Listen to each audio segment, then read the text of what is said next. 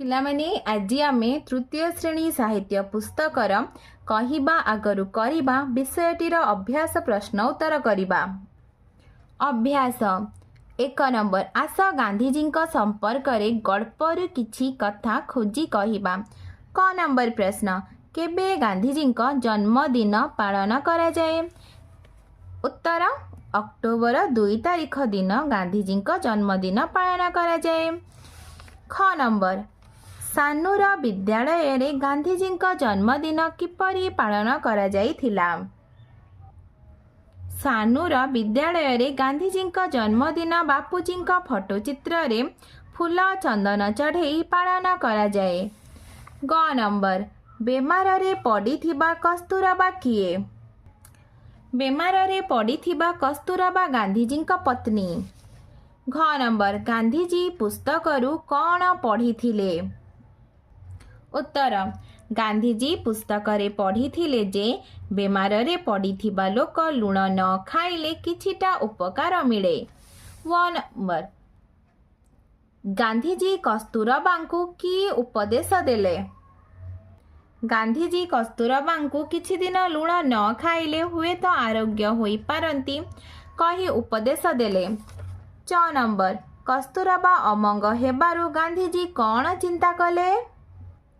କସ୍ତୁରବା ଅମଙ୍ଗ ହେବାରୁ ଗାନ୍ଧୀଜୀ ଚିନ୍ତା କଲେ ଯେ ଆମେ ଅନ୍ୟକୁ ଯାହା କହିବା ତା ଆଗରୁ ନିଜେ କରି ଦେଖାଇବା ଉଚିତ।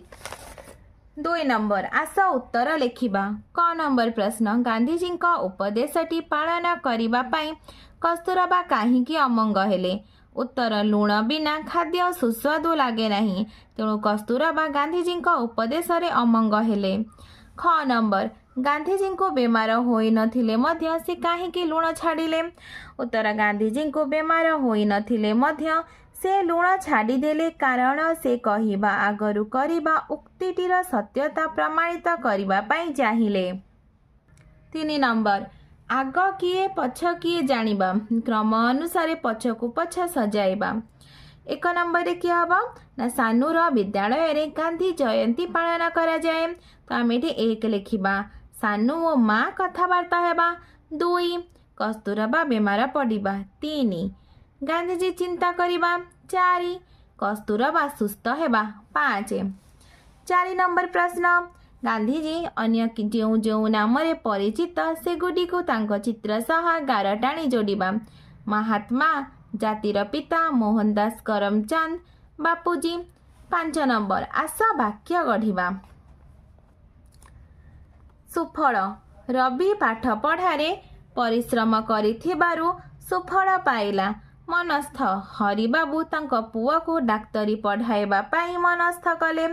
ସୁସ୍ୱାଦୁ ସୀତାର ମା ସୁସ୍ୱାଦୁ ବ୍ୟଞ୍ଜନ ସବୁ ରୋଷେଇ କରିଥିଲେ। ଫଳପ୍ରଦ ମୋର ପରୀକ୍ଷଣଟି ଫଳପ୍ରଦ ହେଲା। ସଂକଳ୍ପ ମୁଁ ସଂକଳ୍ପ କରୁଛି ଆଜିଠାରୁ ପ୍ରତିଦିନ ପାଠ ପଢ଼ିବି। ମୁହୂର୍ତ୍ତ ସେ ଶେଷ ମୁହୂର୍ତ୍ତରେ ଛକା ମାରି ଖେଳକୁ ଜିତାଇ ଦେଲା। 6 ନମ୍ବର ଯେପରି ଫଟୋରେ ଫୁଲ ଚଢ଼ାଇଲୁ ବୋଲି କୁହାଯାଇଛି ସେହିପରି କ'ଣ ହେବ ଲେଖିବା। ଅନ୍ଧକୁ ବାଟ ଦେଖାଇଲୁ, ଧରିବାକୁ ହାତ ବଢ଼ାଇଲୁ, ଓଦା ଲୁଗା ଆମେ ଶୁଖାଇଲୁ। 7 ନମ୍ବର ନେତାଜୀ ଲୋକମାନଙ୍କୁ କହିଲେ ଚାଲ ହଇଜା ରୋଗୀଙ୍କର ସେବା କରିବା। ତାଙ୍କର ଏହି କଥା କିଛି କାମ କଲା ନାହିଁ, ତେଣୁ ନିଜର ଯୋଜନାକୁ ସେ ନିଜେ କରିବାକୁ ଚାହିଁଲେ। ନିଜର ଯୋଜନାଟି କାର୍ଯ୍ୟରେ ପରିଣତ କଲେ। ଏହା ଦେଖି ଅନ୍ୟମାନେ ତାଙ୍କ ପରି କରିବାକୁ ଲାଗିଲେ। ରେଖାଙ୍କିତ ଶବ୍ଦଗୁଡ଼ିକ ବଦଳରେ ସ୍ୱୟଂ ପ୍ରଭାବ ପକାଇଲା ନାହିଁ। କାର୍ଯ୍ୟକାରୀ ଏହି ଶବ୍ଦଗୁଡ଼ିକୁ ଠିକ୍ ସ୍ଥାନରେ ବ୍ୟବହାର କରି ଅନୁଚ୍ଛେଦଟିକୁ ଲେଖିବା। କିଛି କାମ କଲା ନାହିଁ, ଏହା ବଦଳରେ ଆମେ ଲେଖିପାରିବା ପ୍ରଭାବ ପକାଇଲା ନାହିଁ, ନିଜେ, ସ୍ୱୟଂ, କାର୍ଯ୍ୟରେ ପରିଣତ, କାର୍ଯ୍ୟକାରୀ। ତାହେଲେ ଆମେ କ'ଣ ଲେଖିବା? ନେତାଜୀ ଲୋକମାନଙ୍କୁ କହିଲେ ଚାଲ ହଇଜା ରୋଗୀଙ୍କର ସେବା କରିବା। ତାଙ୍କର ଏହି କଥା ପ୍ରଭାବ ପକାଇଲା ନାହିଁ, ତେଣୁ ନିଜର ଯୋଜନାକୁ ସେ ସ୍ୱୟଂ କରିବାକୁ ଚାହିଁଲେ। ନିଜର ଯୋଜନାଟି କାର୍ଯ୍ୟକାରୀ କଲେ। ଏହା ଦେଖି ଅନ୍ୟମାନେ ତାଙ୍କ ପରି କରିବାକୁ ଲାଗିଲେ। 8 ନମ୍ବର ଚିନ୍ତା ଚିନ୍ତିତ ସେହିପରି କ'ଣ ହେବ ଲେଖିବା। ଦୁଃଖ ଦୁଃଖିତ, ପୀଡ଼ା ପୀଡ଼ିତ, ପାଠ ପଠିତ।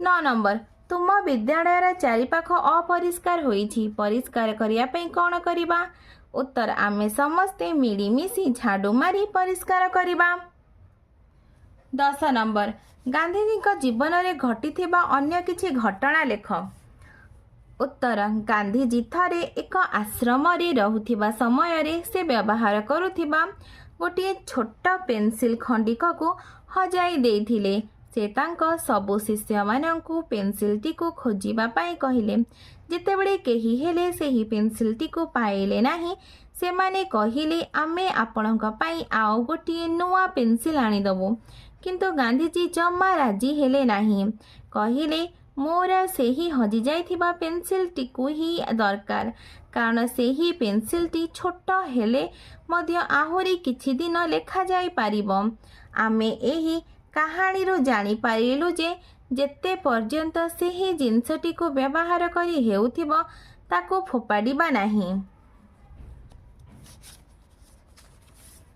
11 नंबर गांधीजी परी अन्य जो बड़ मनीष माने निज काम द्वारा लोक मानू एकजुट करें से नाम लेख सुभाष चंद्र बोस बाल गंगाधर तिलक पंडित जवाहरलाल नेहरू चंद्रशेखर आजाद मंगल पांडे भगत सिंह बाजी राउत बिरसा मुंडा पिलामाने तुमको वीडियोटी भल लगिले लाइक एंड सब्सक्राइब करिवो और निज सांग पिलामानक सहित शेयर मध्य करिवो।